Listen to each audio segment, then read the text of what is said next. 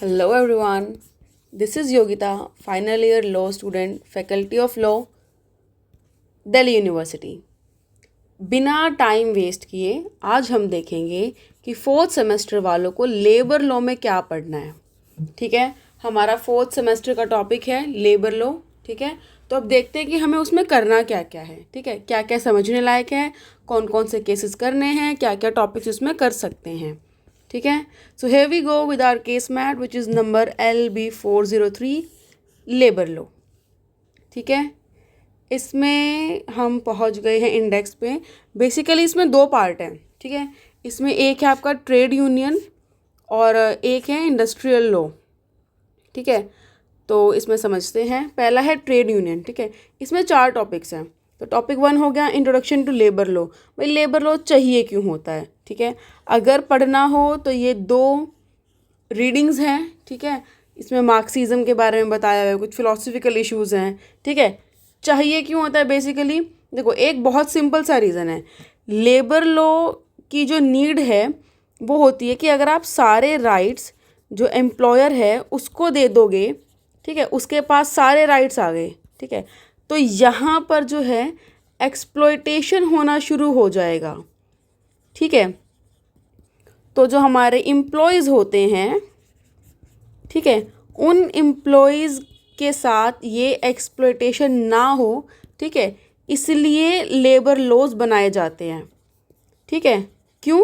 To protect the rights of the labour, जो employees हैं, ठीक है, उनके राइट्स बचाने के लिए जो है लेबर लॉज बनाए जाते हैं। ठीक है, अब समझते हैं कि एग्ज़ाम पॉइंट ऑफ व्यू से क्या क्या चीज़ें इंपॉर्टेंट हैं। ठीक है, तो पहली यूनिट हो गया आपकी रीडिंग की। ठीक है, कि इसमें बता रखा है कि ट्रेड जो लेबर लॉज है वो क्यों ज़रूरी हैं।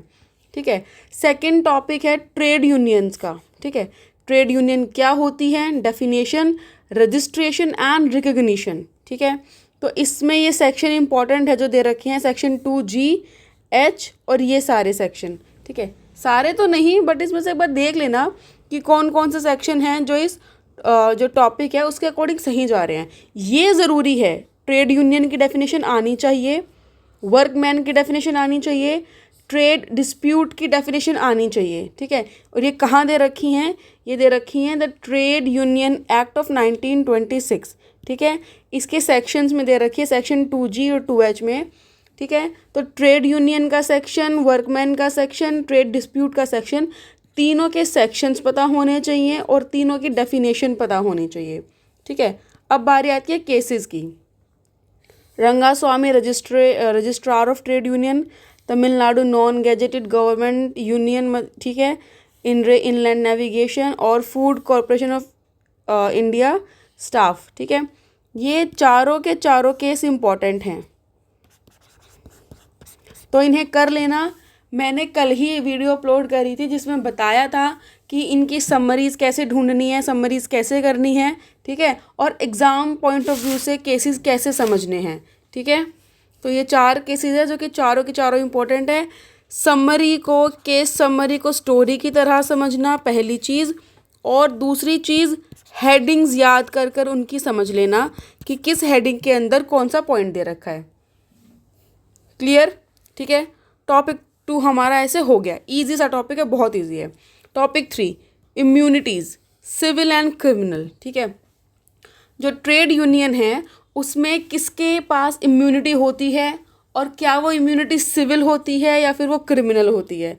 ठीक है, 2 ही केस हैं, दोनों ही केस इंपॉर्टेंट है। ठीक है, एक में बता रखा है कि कहाँ सिविल इम्यूनिटी का केस है, एक आपका क्रिमिनल इम्यूनिटी का केस है। ठीक है, ये मत समझना जिस पर टिक लगाया बोलते हो वही वाला है, इसको पढ़ लेना। RS रुइकर वर्सेस एम्परर और रोहतास इंडस्ट्रीज़, मेरे एग्ज़ाम में आया था मेरे ख्याल ये केस, तो ये भी इम्पॉर्टेंट हैं। ठीक है, और इसी के साथ आपका जो पहला टॉपिक है, पहला पार्ट है, ठीक है, पार्ट A ट्रेड यूनियन, यहीं पे ख़त्म होता है। इतने से छोटे से केसेस है इसके। ठीक है, ट्रेड यूनियन यहाँ पे ख़त्म हो जाता है। ठीक है, next we have part B which is the industrial dispute.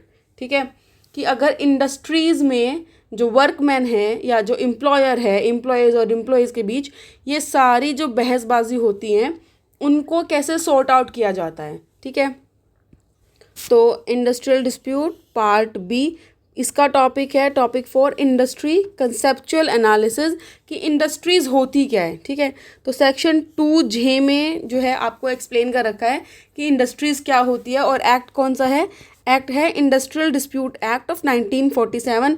हमेशा ये एक बिना रुपए की सलाह देती हूँ, याद रखना कि जब भी एक्ट को याद करो तो पूरा याद करना। इंडस्ट्रियल डिस्प्यूट एक्ट ऑफ 1947 काम आएगा आगे। ठीक है, इसमें 3 केस हैं, Bangalore water supply, state of UP Jaibir Singh, और अरिहंत सिद्धि कॉरपोरेशन वाला। ठीक है, तीनों ही केस बहुत छोटे हैं और तीनों ही केस इंपॉर्टेंट हैं। ठीक है, तो जो 3 क्वेश्चन हैं वो तो अलग अलग टॉपिक से बन गए, पहले टॉपिक से ये क्वेश्चन, दूसरे टॉपिक से ये क्वेश्चन, तीसरे से ये क्वेश्चन। ठीक है, अब है industrial dispute versus individual dispute. ठीक है, लेट्स से कि एक एम्प्लॉयर का उसके एम्प्लॉय के साथ झगड़ा हो गया। ठीक है, और जो झगड़ा हुआ वो इंडस्ट्री की ही किसी बात पर हुआ, तो ये झगड़ा कौन सा होगा, ये होगा इंडस्ट्रियल डिस्प्यूट। ठीक है, और एक लेट्स से बी का सी के साथ झगड़ा हुआ, उनकी किसी अपनी पॉलिटिकल ओपिनियन के बेस पर। ठीक है, उन दोनों की पॉलिटिकल ओपिनियन नहीं मिली, उसके बेस पर उनका झगड़ा हो गया, तो क्या ये झगड़ा भी इंडस्ट्रियल डिस्प्यूट में आएगा? नहीं, वो उनका इंडिविजुअल डिस्प्यूट है। ठीक है, लेकिन इसमें आपको एक केस है इसमें स्पेसिफिक जो इसी तरीके का है। ठीक है, कि जो इंडस्ट्री है, इंडस्ट्री के रूल्स को लेकर, ठीक है, आउट ऑफ ऑफिस मतलब इंडस्ट्री के बाहर, लेकिन इंडस्ट्री के रूल को लेकर 2 लोगों का झगड़ा हुआ, तो क्या वो इंडस्ट्रियल डिस्प्यूट है या इंडिविजुअल डिस्प्यूट है? ठीक है, तो ये इस टॉपिक का मेन कंसेप्ट है कि 2 लोगों के बीच का झगड़ा इंडस्ट्रियल डिस्प्यूट कब माना जाएगा, और वही झगड़ा आपका इंडिविजुअल डिस्प्यूट कब माना जाएगा। ठीक है, जब उस डिस्प्यूट का मुद्दा जो है वो इंडस्ट्री से, इंडस्ट्री के काम से, इंडस्ट्री के किसी पॉलिसी से रिलेटेड होगा, तो वो झगड़ा इंडस्ट्रियल डिस्प्यूट माना जाता है। ठीक है, सेक्शन 2K में ये एक्सप्लेन कर रखा है इंडस्ट्रियल डिस्प्यूट क्या होता है। ठीक है, केसेस कौन कौन से हैं, workman of Dimakuchi tea estate, ये भी इंपॉर्टेंट है, municipal corporation of Delhi female workers, muster roll case. ठीक है, इंपॉर्टेंट केस है, और इम्पोर्टेंट होने के साथ साथ बहुत लेजिट पॉइंट वाला केस है कि समझना चाहिए कि एक बहुत अच्छा केस है ये। ठीक है, JH जादव वर्सेस फोर्ब्स, ये भी अच्छा केस है और ये भी इंपॉर्टेंट केस है। तो इसमें 3 ही केस हैं। ठीक है, तो ये तीनों केस भी करने हैं, तो आपका चौथा जो क्वेश्चन है वो यहाँ से बन गया। ठीक है, इंडस्ट्रियल डिस्प्यूट से। ठीक है, नेक्स्ट है we have the concept of workman, कि भाई जो वर्कमैन है, जो एक एम्प्लॉय है, ठीक है, वो होता कौन है, और वो कोई भी आदमी जो काम कर रहा है वो कब वर्कमैन के अंडर आएगा, तो उसको कब वर्कमैन वाले जो एडवांटेजेस हैं वो मिलेंगे। और इसमें इंपॉर्टेंट है कॉन्ट्रैक्ट फॉर सर्विस। ठीक है, कॉन्ट्रैक्ट फॉर सर्विस क्या होता है और कॉन्ट्रैक्ट ऑफ सर्विस क्या होता है, और दोनों में फ़र्क क्या होता है, और इन्हीं दोनों में आपको ये चीज़ समझनी है कि किसी भी एम्प्लॉयर का एक एम्प्लॉय पर कितना कंट्रोल है। ठीक है, कॉन्ट्रैक्ट फॉर सर्विस और कॉन्ट्रैक्ट ऑफ सर्विस में। ठीक है, जैसे लेट्स से हमारा IT इंडस्ट्री है, ठीक है, उसमें आपका वर्क फ्रॉम होम चलता है। ठीक है, लेकिन हमारा लिटिगेशन में नहीं चल सकता। ठीक है, तो वर्क फ्रॉम होम अगर कोई आदमी लेके बैठा है, तो भाई आपको तो काम से मतलब होना चाहिए ना, आपको जो आपका वर्क है वो काम किया हुआ मिल रहा है, तो आप काम से मतलब रखो, मैं कहाँ बैठ के कर रहा हूँ कहाँ नहीं, क्या फ़र्क पड़ता है। यही चीज़ का फ़र्क आपको कॉन्ट्रैक्ट फॉर सर्विस और कॉन्ट्रैक्ट ऑफ सर्विस में समझ आएगा। ठीक है, तो ये चीज़ समझनी है इसमें। तो इसमें है ये वाला केस, ये वाला केस, ये वाला केस, और तीनों ही अच्छे केस हैं। मैं बोलते हुए थक जाती हूँ। ठीक है, तो 5 क्वेश्चन तो देखो आपके सीधे सीधे हो गए इसमें।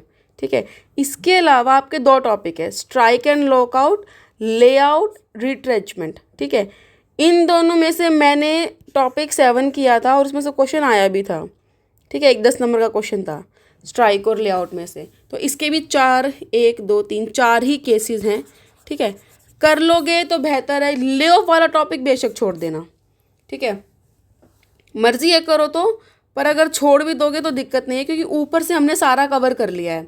ठीक है, स्ट्राइक एंड लॉकआउट का। ठीक है, स्ट्राइक लॉकआउट होता है कि क्या जो वर्कमैन है उनको कब स्ट्राइक करना अलाउड होता है और कब नहीं। ठीक है, क्योंकि स्ट्राइक अगर आप एक तरीके से प्रोसीजरल तरीके से अगर आप स्ट्राइक वगैरह करते हो तो आपको नोटिस देना पड़ता है स्ट्राइक का। ठीक है, तो इसमें आपका सिंडिकेट बैंक वाला केस इंपॉर्टेंट है और एसआरपी मिल्स वाला केस इंपॉर्टेंट है। ठीक है, ये दो तो कर ही लेना। ठीक है, तो ये मैंने आपको टॉपिक्स बता दिए हैं, केसेस समझा दिए हैं कि कौन कौन से करने हैं, और बहुत बहुत इजी है। नहीं समझ आता है तो दोबारा एक बार स्क्रॉल करके वीडियो देख लेना। ठीक है, लेकिन समझो। ठीक है, पहला टॉपिक नहीं करना रीडिंग का है। अगर किसी को ज़्यादा ही मन कर रहा है वकालत पढ़ने का तो प्लीज़ कर लेना, वरना बेशक छोड़ देना। ठीक है, दूसरा, ये 5 केसेस, ठीक है, इनकी स्टोरी इजीली अवेलेबल हो जाती है। स्टोरीज ढूंढना, समरी ढूंढना कल सिखाया था, उसको पढ़ लेना। एग्ज़ाम पॉइंट ऑफ व्यू से तो प्रिपेयर हो ही जाएगा। उसके अलावा किसी को रीडिंग का शौक़ है, किसी को मानो इंफॉर्मेशन और नॉलेज के लिए पढ़ना है, तो प्लीज़ प्रेफर करो कि केस मेट से पढ़ लो, अगर कोई पढ़ पाए तो। ठीक है, तो सेकंड टॉपिक, थर्ड टॉपिक के दोनों केस करने हैं। ऊपर वाला टॉपिक हो गए, उसके बाद फोर्थ है, तीनों केस इंपॉर्टेंट है। तो ठीक है, थर्ड क्वेश्चन यहाँ से हो गया, फोर्थ क्वेश्चन यहाँ से हो गया। ठीक है, फिफ्थ क्वेश्चन यहाँ से हो गया। ठीक है, और अगर आप मान के चलो कि कोई 10-10 नंबर के क्वेश्चन भी आ जाएँ तो एक टॉपिक हमने और कर लिया। ठीक है, ऑन अ सेफर साइड आपके सारे टॉपिक्स प्रिपेयर हो जाएंगे। डू गुड, डू वेल, और बस ठीक है, इतना ही बोलने का होता है मेरे पास। ठीक है, इनको समझ लेना, and all the best for your exams, that is labour law semester exams, जो कि मई में है। Bye bye, take care everyone.